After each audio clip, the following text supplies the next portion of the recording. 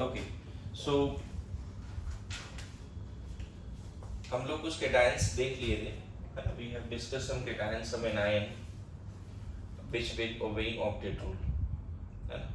मैंने क्या बोला था, अगर लास्ट सेल में 8 इलेक्ट्रॉन नहीं है तो any atom try to get the 8 electron in the valence shell by loss of electron, by gain of electron और बाय शेयरिंग ऑफ इलेक्ट्रॉन.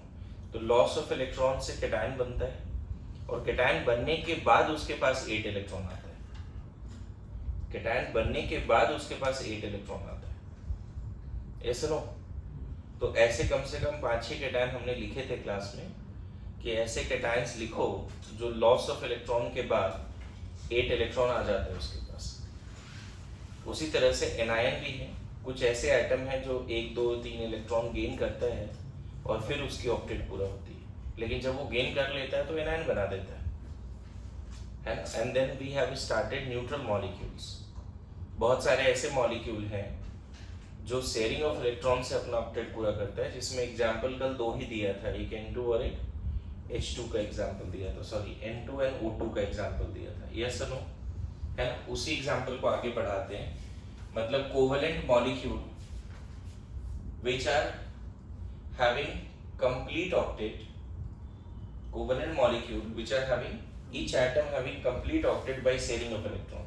जिसमें एक एग्जांपल तुम CO2 का ले सकते हो. कार्बन के पास 4 इलेक्ट्रॉन है, ऑक्सीजन के पास 6 इलेक्ट्रॉन है. इधर भी ऑक्सीजन है, इसके पास 6 इलेक्ट्रॉन है. तो इस ऑक्सीजन को ऑक्टेट पूरा करने के लिए 2 चाहिए, उसने 2 कार्बन से ले लिए. इस ऑक्सीजन को भी ऑक्टेट पूरा करने के लिए 2 चाहिए, लेकिन इस कार्बन को ऑक्टेट पूरा करने के लिए 4 इसके पास खुद है, 4 और चाहिए. तो उसने दोनों ऑक्सीजन से 2-2 ले लिए. This is CO2. This is CO2. अब देखो, इस सर्कल में 8 इलेक्ट्रॉन है, इस सर्कल में भी 8 इलेक्ट्रॉन है. मतलब जब CO2 में कार्बन ऑक्सीजन साथ में है तो सभी का ऑक्टेट पूरा हो गया और सभी नियॉन जैसा हो गया.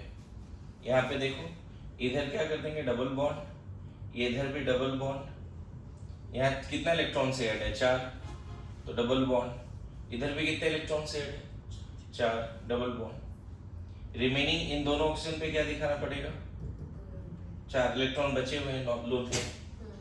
तो ये CO2 का स्ट्रक्चर है. कार्बन पे कुछ नहीं बचेगा.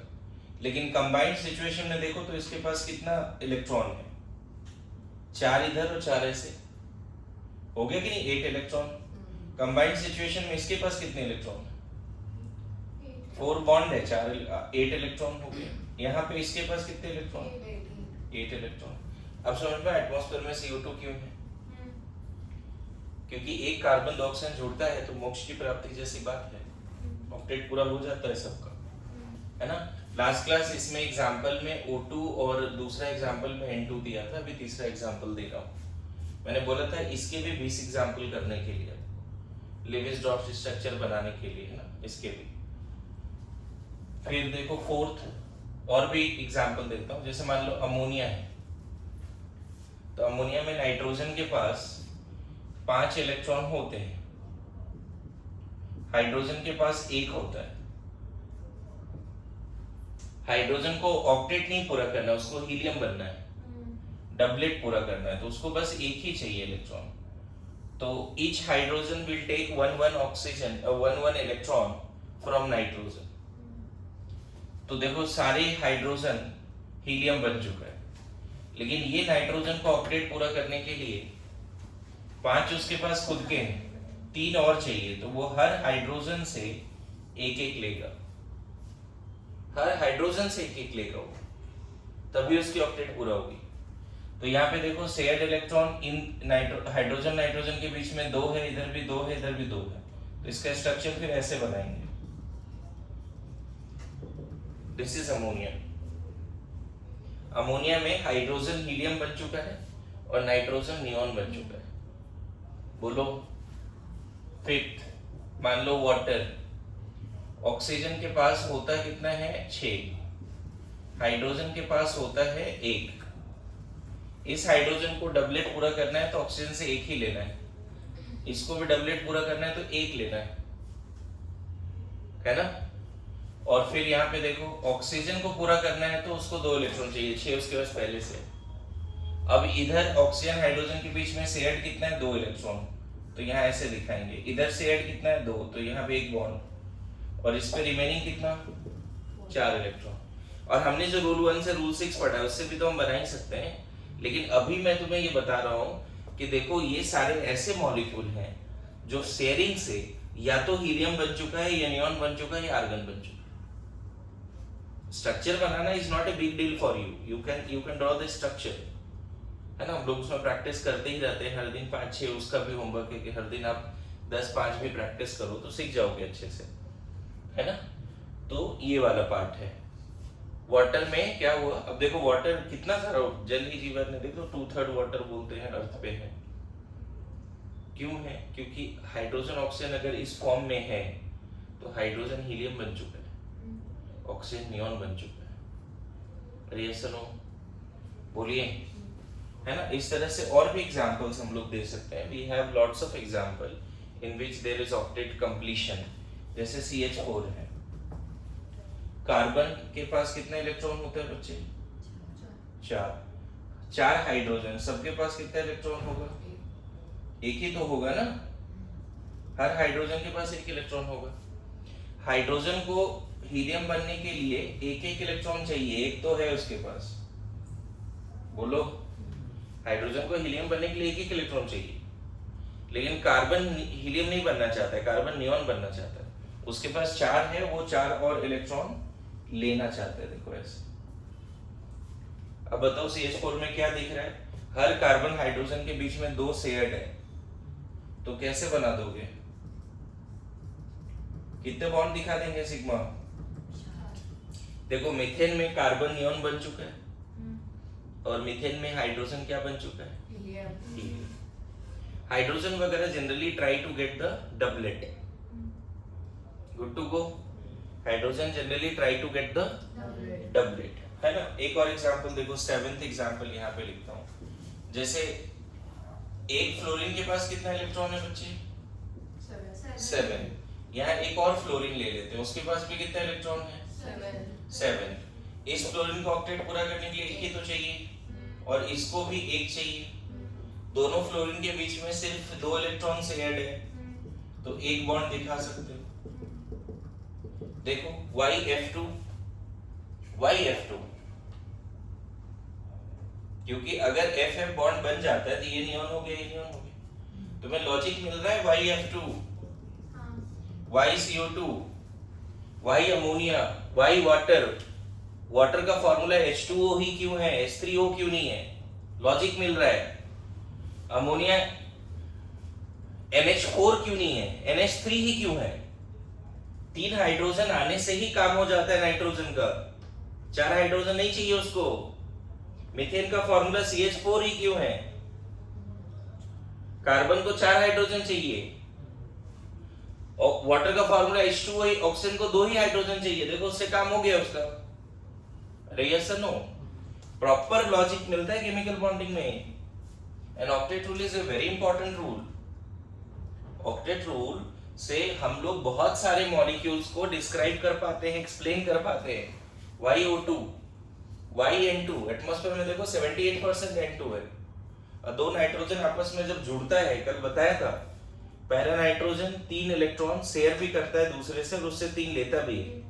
ट्रिपल बॉन्ड होता है ना NN, हाईली स्टेबल है बच्चे। 3 बॉन्ड मतलब strong force of attraction. N2 बनाया कि नहीं लास्ट क्लास में, देखो तो नहीं बनाया, फिर से यहाँ बना देता हूँ। देखो नाइट्रोजन को ऑक्टेट पूरा करने के लिए कितना शेयर करना पड़ेगा, 3। देखो इसने शेयर किया तो इसका ऑक्टेट पूरा हो गया, इसका हुआ क्या अभी, इसका सभी 5 ही है, इसको भी 3 बोले शेयर करना पड़ेगा। अब देखो एटमॉस्फेयर में N2 क्यों भरा पड़ा है, this is very stable molecule. Why stable, because both nitrogen atom having very strong force of attraction for each other, and they are together behaving like a inert molecule. जिस तरह से argon, helium, neon ये सब inert है, nitrogen atom inert नहीं है, N2 inert है। Good to गो, समझ में आ रहा है ना। और ये तो इतना ज्यादा इनर्ट है कि एटमॉस्फेयर में 78% है। बताओ अगर ये रिएक्टिव होता, मतलब मॉलिक्यूल अगर रिएक्टिव होता तो एटमॉस्फेयर से गायब होता ना धीरे धीरे। अरे समझ रहे हो, स्टेबल है। उसी तरह से जैसे Cl2 का अगर बात करो तो फ्लोरीन जैसा ही है, क्लोरीन के पास 7 इलेक्ट्रॉन है, दूसरे क्लोरीन के पास भी 7 है। इसको ऑक्टेट पूरा करने के लिए कितना चाहिए? 1। इसको भी 1। Cl2 सुना होगा कि नहीं बताओ? देखो Cl2 क्यों स्टेबल है? क्योंकि दोनों Cl बैक टू बैक जुड़ता है आपस में, तो इसके पास बन गया आर्गन। ये नियॉन नहीं बना, क्या बना? आर्गन। समझ रहे? और ये भी आर्गन बन गया। आ रहा है समझ में? तो इस तरह से एग्जांपल्स को 20 तक लेके जाना है। लिखिए जल्दी से।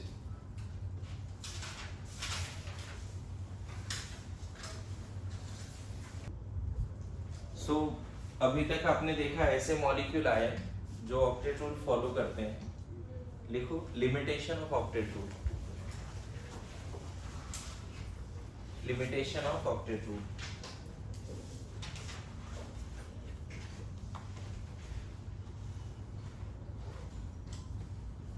है ना, जिसमें सबसे पहले हम लिख सकते हैं we have so many cations which are not having 8 electron in the valence shell but is stable or exist. We have so many cations not having 8 electron in the valence shell but is stable. We have so many cations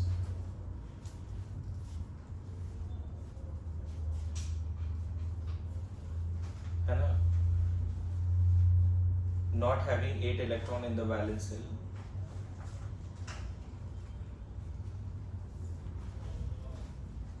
but stable and exist, है ना। जिसमें सबसे पहला example देखो, सबसे पहला example H plus ही बोल सकते हो। H प्लस का 1s0 है, एक भी इलेक्ट्रॉन नहीं है। सुना है H प्लस होता है? होता ही है, बहुत बार सुना होगा। एसिड H प्लस देता है। तो दिस इज द कैटायन जो ना ही नियॉन बन गया ना ही हीलियम बना, कुछ नहीं बना। इसके पास तो एक भी इलेक्ट्रॉन नहीं है। हाइड्रोजन के पास एक इलेक्ट्रॉन था। हाइड्रोजन जब एक इलेक्ट्रॉन लूज कर देता है, इसके पास इलेक्ट्रॉन भी एक है, प्रोटॉन भी एक है, न्यूट्रॉन नहीं है। इसके पास इलेक्ट्रॉन 0, प्रोटॉन 1। H प्लस को इसीलिए प्रोटॉन बोलते हैं क्योंकि H प्लस के पास सिर्फ एक प्रोटॉन ही बचा है। आपको पता है H प्लस एग्जिस्ट करता है? क्या ये लिमिटेशन ऑफ ऑक्टेट रूल नहीं है?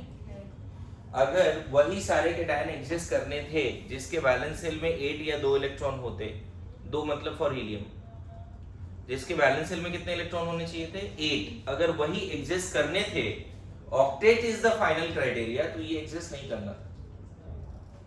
अरे ये सुनो, if octet is the final criteria, क्या ये एग्जिस्ट करना था? H प्लस बन सकता था कभी? और ऐसा भी नहीं कि H प्लस बहुत ज्यादा स्टेबल है लेकिन एग्जिस्ट करता है। मैं ये बोल रहा हूँ ये बहुत ज्यादा स्टेबल है ऐसा भी नहीं है लेकिन एग्जिस्ट करता है। मेरी बात आ रही है समझ में? ऐसे बहुत सारे कैटायन है बच्चे जो एग्जिस्ट करता है, ऑल्दो वो लेस स्टेबल हो सकता है बट एग्जिस्ट करता है। अगर ऑक्टेट फाइनल क्राइटेरिया हो तो वही कैटायन एग्जिस्ट करना चाहिए जिसके वैलेंस शेल में 8 इलेक्ट्रॉन। ये सब एग्जिस्ट नहीं करना चाहिए। जैसे एक और एग्जांपल देता हूं आपको, जैसे Zn+2। पता है Zn+2 के पास वैलेंस शेल में कितना इलेक्ट्रॉन है? 1s2, 2s2, 2p6, 3s2, 3p6, 4s2, 3d10 होता है। कहां से इलेक्ट्रॉन निकलेगा बताओ? जिंक से। जिंक में कौन से सेल से इलेक्ट्रॉन निकलेगा? 4s2 से। इतना सीखा है तो 4s 0 हो गया, बचेगा सिर्फ क्या? तो देखो लास्ट सेल में कितना इलेक्ट्रॉन है? 18 नहीं है, 8 नहीं है, कितना है? 18। तो क्या Zn+2 एग्जिस्ट करना चाहिए अकॉर्डिंग टू ऑक्टेट रूल? अगर ऑक्टेट ही फाइनल क्राइटेरिया है तो ये कैटायन एग्जिस्ट नहीं करना चाहिए but this cation exist. Zn+2 सुना होगा, ZnCl2, ZnO, है ना। जब मैं ये पढ़ा रहा था पीरियोडिक टेबल तो वहां पे ZnO एम्फोटेरिक ऑक्साइड था। ZnO amphoteric BeO ZnO। तो ZnO में Zn+2 पे है और O-2 पे है। ZnO में अगर कोई बोले कि ZnO में ये कितने ऑक्सीडेशन, ये एक्चुअल में Zn+2 पे और ये कितने पे, ये आयनिक कंपाउंड है बच्चे, ZnO कोवलेंट कंपाउंड नहीं है। इसका मतलब क्या हो गया, जिंक +2 पे एग्जिस्ट करता है, ऑक्टेट पूरा नहीं है तो भी, ऑक्टेट पूरा नहीं है तो भी। लेकिन एक चीज नया चीज सीखना है यहाँ पे, having 18 electron in the valence shell is also known as pseudo inert gas configuration। 8 electron को इनर्ट गैस कॉन्फ़िगरेशन बोलते हैं। एक वैलेंस शेल में अगर 8 इलेक्ट्रॉन है तो इनर्ट गैस कॉन्फ़िगरेशन, और वैलेंस शेल में अगर 18 इलेक्ट्रॉन है तो स्यूडो इनर्ट गैस कॉन्फ़िगरेशन बोलते हैं। ये एग्जिस्ट नहीं करना चाहिए था, बट दिस कैटायन एग्जिस्ट, और इसके कंपाउंड स्टेबल भी है। सिर्फ एग्जिस्ट ही नहीं करता, इसके कंपाउंड स्टेबल भी है, ZnCl2 भी बनता है। सो वी हैव, है ना, देखो लास्ट क्लास में होमवर्क ये भी था कि 20 ऐसे कैटायन को लिखो जो ऑक्टेट रूल फॉलो करता है। एट द सेम टाइम कुछ ऐसे कैटायन भी पता करो जो ऑक्टेट रूल फॉलो नहीं करता बट एग्जिस्ट करता है। ये भी होमवर्क था लास्ट लेक्चर में, है ना। अच्छा, Cu का आता है configuration 1s2 2s2 2p6 3s2 3p6 4s1 3d10 होता है Cu, याद है। तो कहां से इलेक्ट्रॉन निकलेगा Cu प्लस में, तो यहां फिर से आ जाएगा 3d10। देखो, cuprous ion also exists and stable also। this is zinc ion but this is cuprous ion। ये एग्जिस्ट भी करता है, स्टेबल भी, समझ गए। इसका भी स्यूडो इनर्ट गैस कॉन्फ़िगरेशन है। पता है क्यूप्रिक आयन भी एग्जिस्ट करता है, cupric. This is cuprous, this is cupric. Cupric ion के बारे में बात करो, कितना इलेक्ट्रॉन होगा 1s2 2s2 2p6 3s2 3p6 3d9। अब देखो यहाँ तो 18 भी नहीं है, कितना इलेक्ट्रॉन, मतलब स्यूडो इनर्ट गैस कॉन्फ़िगरेशन के भी एक्सेप्शन है।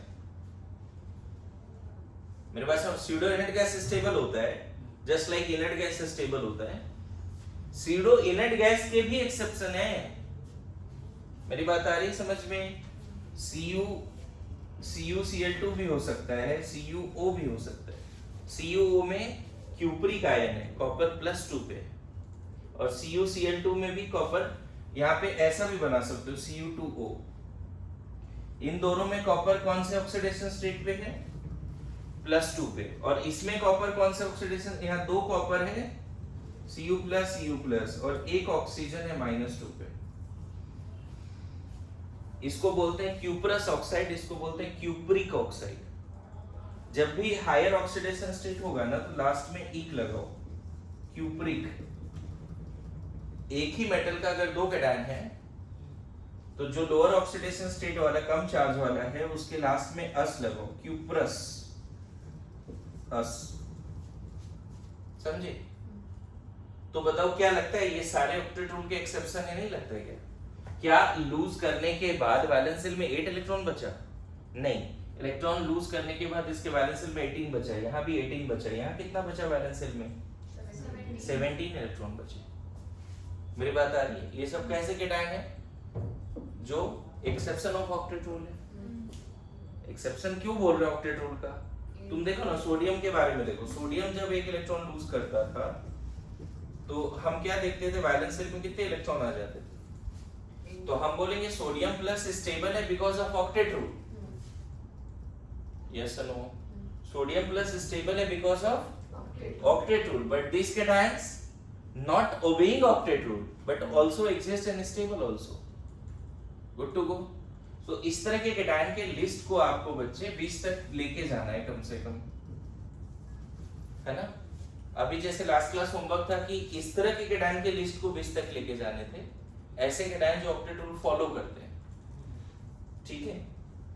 वो नहीं किया तो वो अभी फिर से होमवर्क है, और फिर ये वाला पार्ट है। आप 20 तक आप मॉड्यूल निकालो, देखो वहां पे कुछ कैटायन लिखे हुए हैं ऑलरेडी, देखो। तो और भी कैटायंस हैं, जैसे कि फेरस एंड फेरिक आयन लिख के देखो, लास्ट में 8 इलेक्ट्रॉन नहीं मिलेगा तुम्हें। फेरस Fe2+ का कॉन्फ़िगरेशन लिखो जल्दी से। There are so many cations not having 8 electron in the valence shell।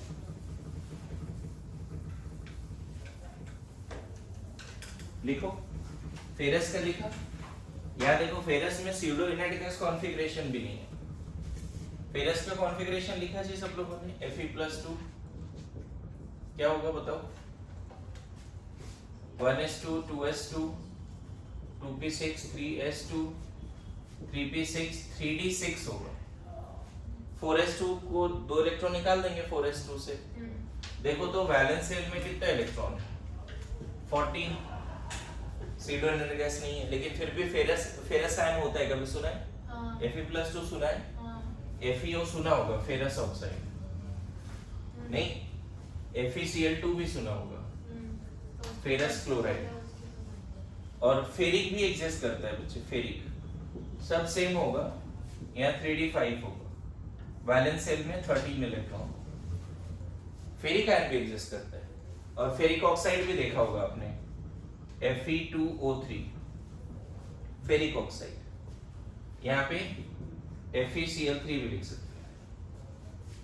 Even hydroxide में भी देखा होगा तुमने, FeOH2 FeOH। So we have so many cations which are not obeying octet rule but stable. Okay? So इस list को कम से कम 20 तक लेके जाओ। Find out so many cations. Simple cation ही करो, कॉम्प्लेक्स मत चूज करो। कैसे केटायन चूज करो? सिंपल, सिंपल मतलब सिर्फ एक एटम और उस पर कोई चार्ज। क्लियर है? जैसे अमोनियम आयन वगैरह नहीं चूज करो, सिंपल केटायन चूज करना है आपको। ओके, आगे बढ़े। नाउ बी में लिखो, वी हैव एनायंस ऑल्सो। इसमें थोड़ा जगह छोड़ सकते हो तुम चाहो तो, ताकि होमवर्क कर पाओ। वी हैव एनायंस ऑल्सो, है ना, which are not having 8 electron in the valence shell but exist and stable also। कुछ ऐसे एनायंस भी हैं जिसके वैलेंस शेल में 8 इलेक्ट्रॉन नहीं है, है ना। We have few anions also, बहुत ज्यादा नहीं है एनायन में, केटायन में तो बहुत सारे हैं। We have few anions also which are not having 8 electron in the valence shell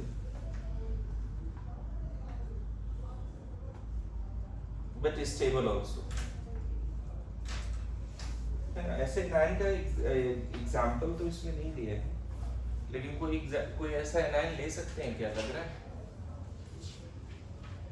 जैसे मान लो कहीं पे O माइनस है, तो कितना इलेक्ट्रॉन है? 7 है, राइट? कितने इलेक्ट्रॉन है इसके पास, O माइनस के पास? 7 इलेक्ट्रॉन। नहीं, O माइनस बहुत ऐसे कम ही कंपाउंड है जिसमें O माइनस दिखते हैं, तो इसको मुझे नहीं लगता कि इसका बहुत सारा एग्जाम्पल लेना चाहिए। एनायन में बहुत ज्यादा तो नहीं है मुझे लग रहा है। Is there any simple anion which are having more than 8 electron in the valence shell? कोई ऐसा सिंपल एनायन है क्या? मुझे नहीं लग रहा है कि एनायन में ज्यादा ऐसे एग्जांपल्स हैं। Anyone? लग रहा है कुछ ढूंढ पाओगे?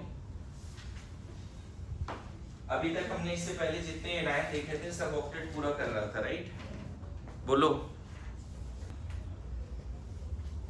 कोई सिंपल एनायन मैंने देखा है भी, कोई ऐसा दिख नहीं रहा है। कॉम्प्लेक्स एनायन दिख सकता है तुम्हें, जैसे मान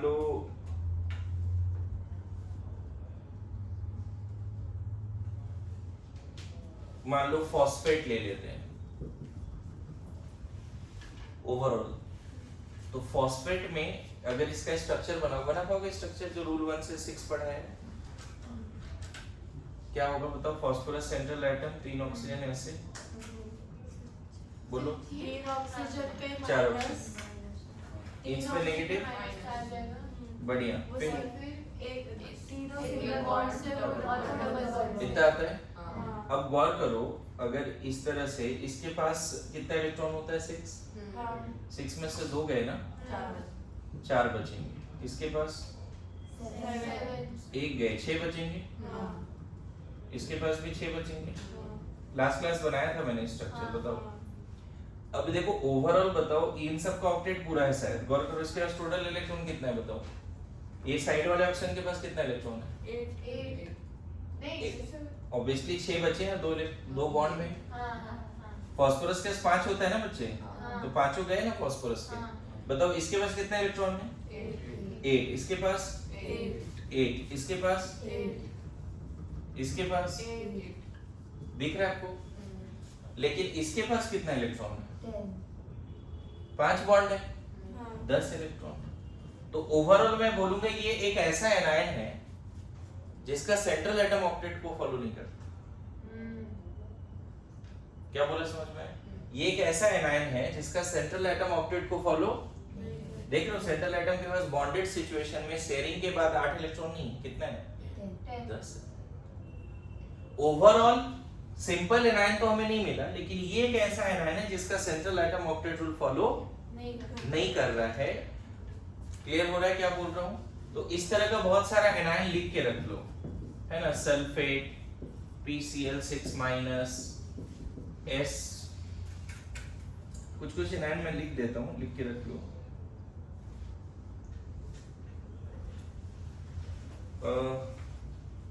S6-2, ClF6-2, BrF6-2, XeF2-,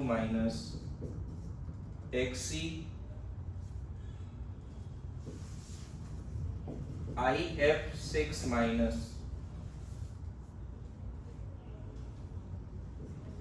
HPO4-2, ये सब लिख के रखो।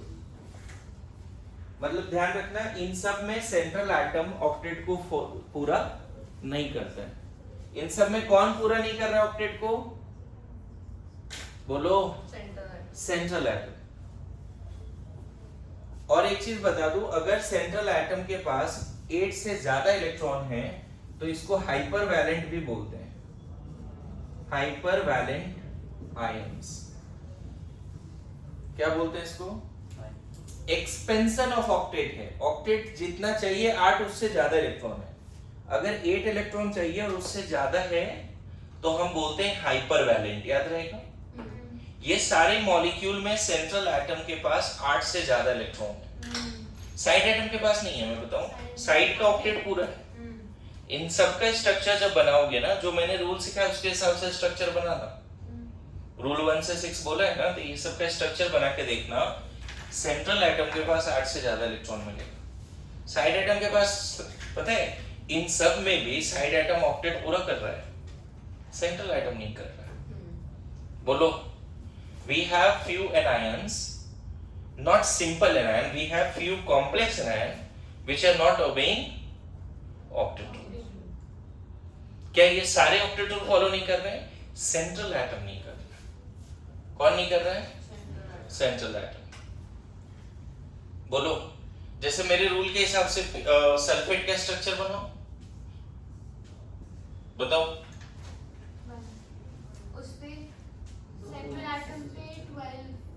Very good. 2 oxygen negatively charge, single bond से जोड़ा, डबल बॉन्ड। सल्फर का बैलेंस इलेक्ट्रॉन 6 होता है, 6 बना चुका है उसने। तो 6 उसने खुद के शेयर किए, तो 6 लिए भी तो होंगे। देखो, इस ऑक्सीजन से 2 लिया है, इससे 2 लिया है और इससे 1-1 लिया है। तो इसके पास कितना इलेक्ट्रॉन है? 12 इलेक्ट्रॉन है। ऑक्सीजन इसके पास 4 बचेगा, इसके पास 4 बचेगा। यहाँ पे 7 था, 1 गया तो 6 बचेगा। बोलो, 7 था, 1 गया तो 6 बचेगा। गौर करना, सल्फेट में सारे ऑक्सीजन का ऑक्टेट पूरा है, किसका पूरा नहीं है? क्या सल्फेट हाइपर वैलेंट आयन है? यस। अच्छा बताओ, अगर ऑक्टेट ही फाइनल क्राइटेरिया होता तो क्या इस तरह का कोवेलेंट बॉन्ड बनना चाहिए था? अगर ऑक्टेट ही फाइनल क्राइटेरिया होता तो क्या इस तरह का कोवेलेंट बॉन्ड बनना चाहिए? शेयरिंग उतनी ही इलेक्ट्रॉन का होना चाहिए सो दैट दोनों का ऑक्टेट पूरा हो जाए। यहाँ पे शेयरिंग से साइड एटम का ऑक्टेट तो पूरा हुआ, बट सेंट्रल एटम का ऑक्टेट पूरा नहीं हुआ। इवन सेंट्रल एटम 8 से ज्यादा इलेक्ट्रॉन रखा हुआ है। मेरी बात आ रही समझ में? So we have so many anions also, but not simple anion, complex anion in which central atom is having more than 8 electron. and according to octet rule these are the exceptions of octet rule. बोलो मेरी बात आ रही समझ में? क्या क्या नहीं आ रहा समझ में? मेरे से डिस्कस करो, क्या नहीं आ रहा समझ में? मैं क्या बोल रहा हूँ यहाँ पे, ऑक्टेट रूल क्या बोल रहा था, उतना ही इलेक्ट्रॉन का शेयरिंग होगा। अभी जो मैंने शुरू में CO2 और O2 N2 ये सब जितने भी डायग्राम बनाए उसमें देखना दोनों का ऑक्टेट पूरा हुआ है। कार्बन का भी हुआ था CO2 में, ऑक्सीजन का भी हुआ था CO2 में, वाटर में देखो। इससे पहले जितने भी एग्जांपल लिए थे न्यूट्रल मॉलिक्यूल का, उसमें सबका ऑक्टेट पूरा हुआ था। अरे यस नो? अगर ऑक्टेट ही करेक्ट क्राइटेरिया होता तो सल्फेट फॉस्फेट ये सब आयन एग्जिस्ट नहीं करना चाहिए था। अब मुझे बताओ क्या कार्बोनेट ऑक्टेट रूल फॉलो करता है? क्वेश्चन है आपके लिए, क्या कार्बोनेट ऑक्टेट रूल फॉलो करता है? ये हटा दो बच्चे, ये सारे एग्जांपल। इन सबका होमवर्क है स्ट्रक्चर बनाना। जैसे मैंने यहाँ पे बनाया 2 स्ट्रक्चर ना, उसी तरह ट्राई करो इन सबका स्ट्रक्चर बनाने के लिए। Do you think carbonate follow octet rule? जल्दी, इतना टाइम नहीं लगाओ। क्या कार्बोनेट ऑक्टेट रूल का एक्सेप्शन है या ऑक्टेट रूल फुलफिल कर रहा है? पक्का? सबने चेक किया क्या? कार्बोनेट में कार्बन सेंट्रल, ऑक्सीजन 3 साइड में। बताओ क्या रूल था? नेगेटिव किसको दे, कार्बन को या ऑक्सीजन को? क्या दोनों सेम ऑक्सीजन को नेगेटिव दें? यह -2 दे दें, इसको -1, इसको -1। अब बोला negatively charge oxygen central atom से एक बॉन्ड से जुड़ेगा और ये डबल से जुड़ेगा, जुड़ गया। अब मुझे बताओ कार्बन की वैलेंस इलेक्ट्रॉन कितनी होती है? 4 गए उसके, कुछ बचेगा नहीं। न्यूट्रल ऑक्सीजन की 6, 2 गए। नेगेटिवली चार्ज ऑक्सीजन के साथ होते हैं 1 गए।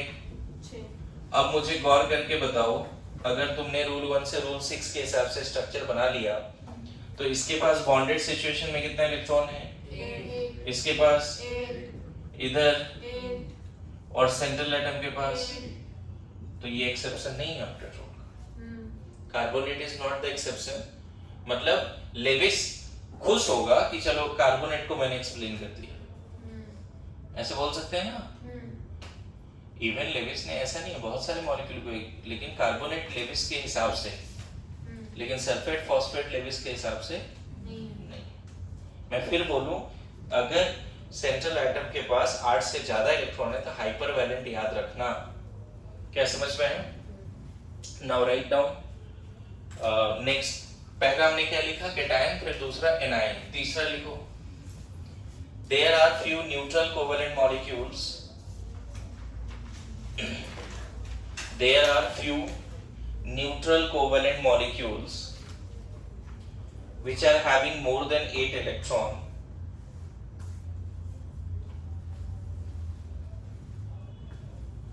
There are few neutral covalent molecules which are having more than 8 electron.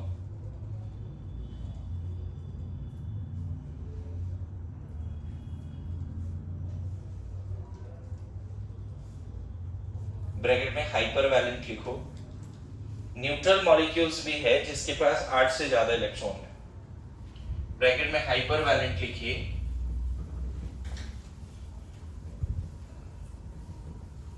है ना?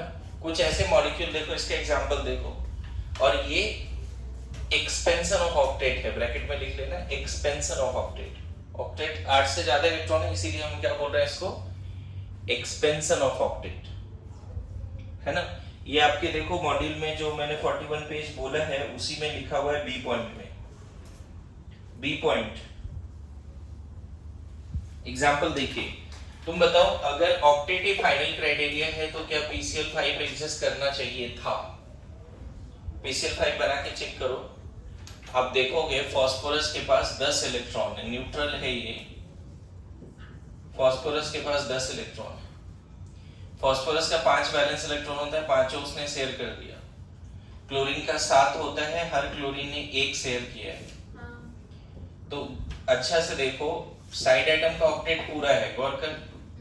साइड एटम के पास कितना इलेक्ट्रॉन है वैलेंस में? लेकिन इसके पास कितना है? 10। अगर ऑक्टेट ही फाइनल क्राइटेरिया होता तो फास्फोरस को उतना ही शेयर करना था जिससे उसका ऑक्टेट पूरा हो जाए, लेकिन PCl5 एग्जिस्ट करता है। सो इसका मतलब लेविस थ्योरी में कुछ डिमेरिट्स है, लिमिटेशन है, और ये लिमिटेशन है लेविस थ्योरी। पता है PCl5 भी एग्जिस्ट, PCl3 भी एग्जिस्ट करता है, और इसमें लेविस खुश हो जाएगा इसको देख के। क्यों?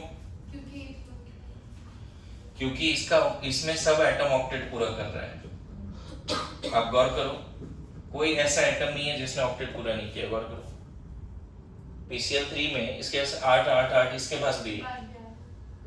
PCl3 लेविस के हिसाब से, लेकिन PCl5 लेविस का एक्सेप्शन है, ऑक्टेट रूल का एक्सेप्शन। मेरी बात आ रही समझ में? बोलो। उसी तरह से और एग्जांपल लिख देता हूं। SF6 है ना, SF4, IF7 है ना, ClF3, ये सब एक्सेप्शन ऑफ ऑक्टेट रूल है। इन सब में सेंट्रल एटम के पास 8 से ज्यादा इलेक्ट्रॉन है, आप ढूंढ के निकाल लें। मेरी बात आ रही समझ में? फिर से रिपीट करूं, इन सब में सेंट्रल एटम के पास कितना इलेक्ट्रॉन है? और देखो ना, इससे अच्छा एक्सेप्शन क्या हो सकता है? जो इनर्ट गैस है वही बॉन्ड बना रहा है। मुझे बताओ, इससे अच्छा एक्सेप्शन क्या हो सकता है? दोनों बात मत करो, इधर ध्यान दो, इधर आ जाओ, उठ के भी जल्दी। इससे अच्छा एक्सेप्शन क्या हो सकता है? मुझे ये बताओ। लेविस ने बोला इनर्ट गैस रिएक्ट नहीं करता है, लो इनर्ट गैस रिएक्ट कर गया। लेविस ने क्या बोला? इनर्ट गैस रिएक्ट कर गया ना। अच्छा, इन सब में भी निकालना, सेंट्रल एटम के पास 8 से ज्यादा इलेक्ट्रॉन मिलेगा। शेयरिंग उतनी ही इलेक्ट्रॉन का अगर हो, सो दैट 8 इलेक्ट्रॉन हो जाए सबके पास, तब बोलते हैं ऑक्टेट रूल फॉलो हुआ है। मतलब ऑक्टेट रूल का, लेविस थ्योरी का बहुत सारे एक्सेप्शन दिख रहे हैं। दिखा? नेक्स्ट, इन सब का स्ट्रक्चर ट्राई करना। और ये सारे कैसे मॉलिक्यूल हैं? हाइपरवैलेंट। ये सारे किसके एग्जांपल हैं? Expansion of octet. क्या इसमें सेंट्रल एटम ने ऑक्टेट रूल फॉलो किया है? इन सब में सेंट्रल एटम ने ऑक्टेट रूल फॉलो नहीं किया। मेरी बातें आ रही समझ में? बोलो। तुम लोग सुन नहीं रहे ना, बोला नहीं बात करने ना, लास्ट वार्निंग है।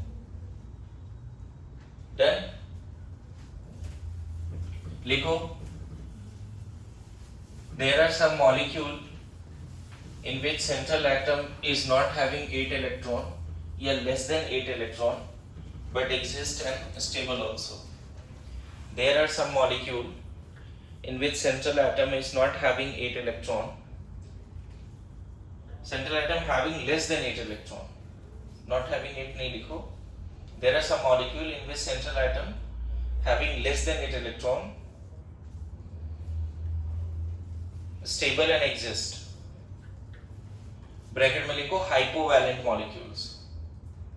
ब्रैकेट में क्या लिखोगे? हाइपोवैलेंट, है ना, हाइपोवैलेंट। देखो, जिसमें एग्जांपल बड़ा फेमस है BF3। अगर इसका स्ट्रक्चर बनाओगे बच्चे, तो बोरोन के पास 3 इलेक्ट्रॉन होता है, तीनों शेयर कर दिया। फ्लोरीन के पास 7 होता है, 1 शेयर किया। हर फ्लोरीन के पास 3 लोन पेयर रहेगा। दिख रहा है? अब बताओ, सारे फ्लोरीन का ऑक्टेट पूरा है क्या? बिल्कुल। 2 इधर इलेक्ट्रॉन है, 6 ऐसे 8 है, सबका ऑक्टेट पूरा है। देखो, लेकिन बोरोन के पास 6 इलेक्ट्रॉन। अगर ऑक्टेट ही फाइनल क्राइटेरिया होता तो ये नहीं बनना चाहिए था। Existence of BF3 is the exception of octet rule. BF3 एक मॉलिक्यूल है जो एग्जिस्ट करता है, बहुत ज्यादा स्टेबल नहीं है, लेकिन एग्जिस्ट करता है। बोलो। उसी तरह से आप BeCl2 ले लो। BeCl2 का जब स्ट्रक्चर बनाओगे, बेरिलियम के पास 2 वैलेंस इलेक्ट्रॉन होता है, दोनों शेयर कर दिया। क्लोरीन के पास 7 होता है, 1 शेयर किया, 6 बचेगा। अब इस केस में देखो, इसके पास तो 8 इलेक्ट्रॉन है, इसके पास भी 8 है, बट इसके पास 4 इलेक्ट्रॉन। हाइपोवैलेंट।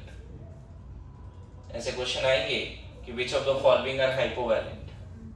तो बिना स्ट्रक्चर बनाए फटाफट, मान लो एक ही क्वेश्चन में अगर 5 ऐसे मॉलिक्यूल दे दिया या 10 दे दिए, उसमें बोले हाइपोवैलेंट ढूंढो,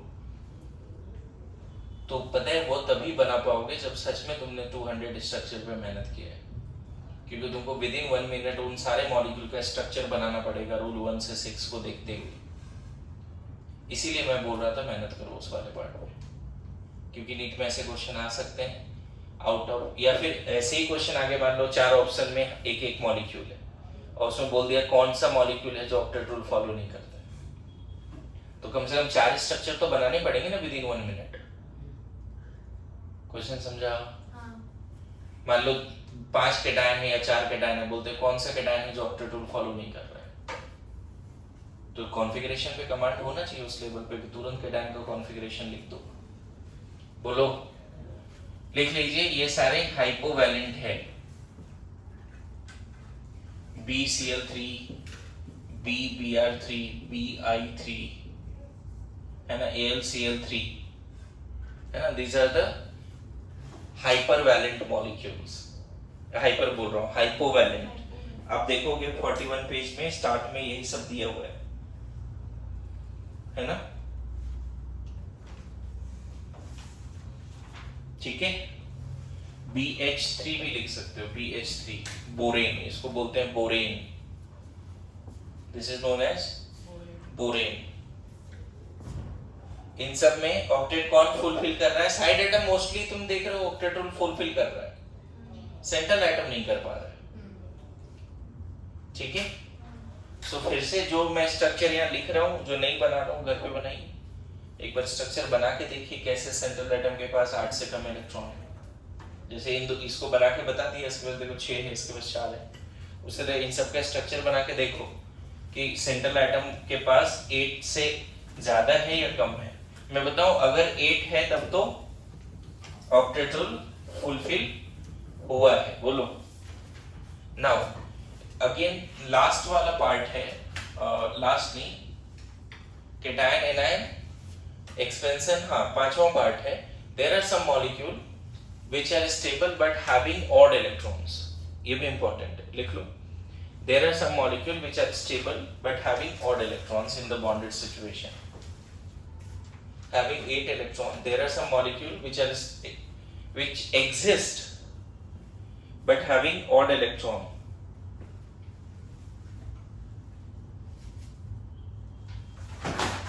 There are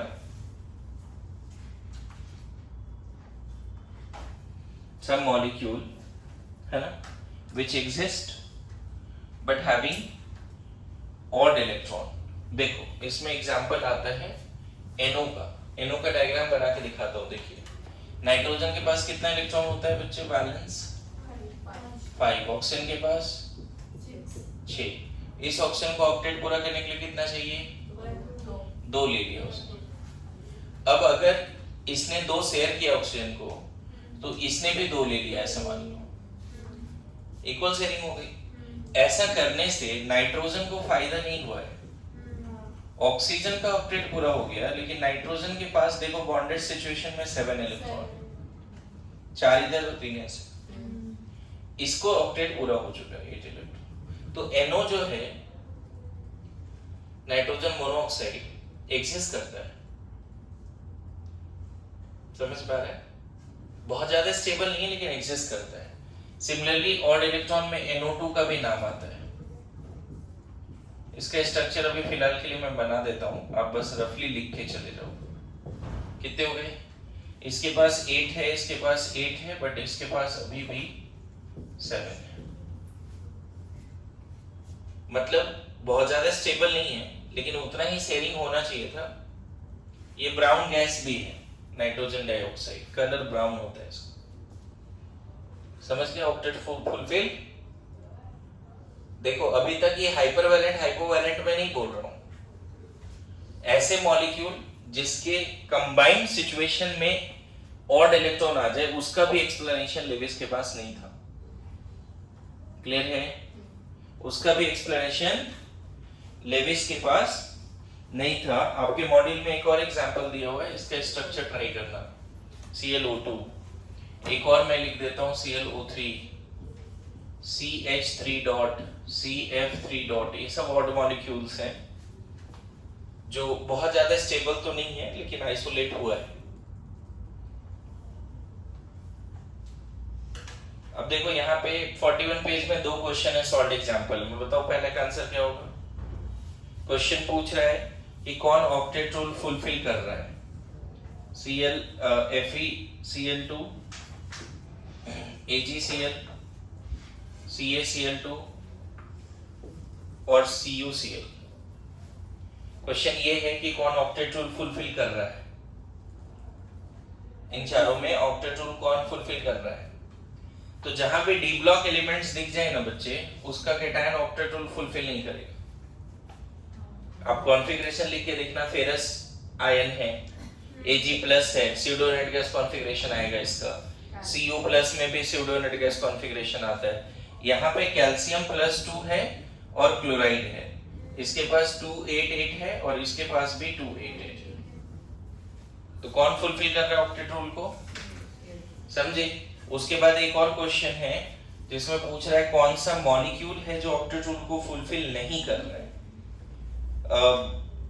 CO2 है ना, BCl3, PCl5, SiF4। तो इसमें आप देखना CO2 ऑक्टेट रूल फुलफिल करता है, हमने अभी बनाया था डायग्राम। ये देखो यहीं पे लिखा हुआ है, सॉरी अभी जस्ट थोड़ी देर पहले लिखा था, जैसे BF3 नहीं करता, BCl3 भी नहीं करता, बोरोन के पास 6 इलेक्ट्रॉन है ना, यहाँ पे फास्फोरस के पास 10 इलेक्ट्रॉन है और यहाँ पे इसके पास 6 इलेक्ट्रॉन। समझ में है। ये SiF4 एग्जिस्ट करेगा और वो सिलिकॉन के पास कितना इलेक्ट्रॉन है बताओ, 4 उसने शेयर कर दिया तो 8 हो गया ना, और हर फ्लोरीन के पास 7 होता है। तो देखो तो ये तो ऑक्टेट रूल फुलफिल कर रहा है, SiF4 ऑक्टेट रूल। तो कौन फुलफिल नहीं कर रहा है, 2 और 3। देखो तो क्वेश्चन दिख रहा है। तो ऐसा क्वेश्चन आएगा तो क्या कर पाओगे तुम लोग, बढ़िया। अब लिखो दिस इज ऑल अबाउट। तो देखो चूंकि ऑक्टेट रूल का लिमिटेशन था तो हमें हायर थ्योरी में जाना पड़ेगा। मेरी बात आई समझ में, ऑक्टेट रूल का लिमिटेशन था तो हमें हायर थ्योरी में जाना पड़ेगा।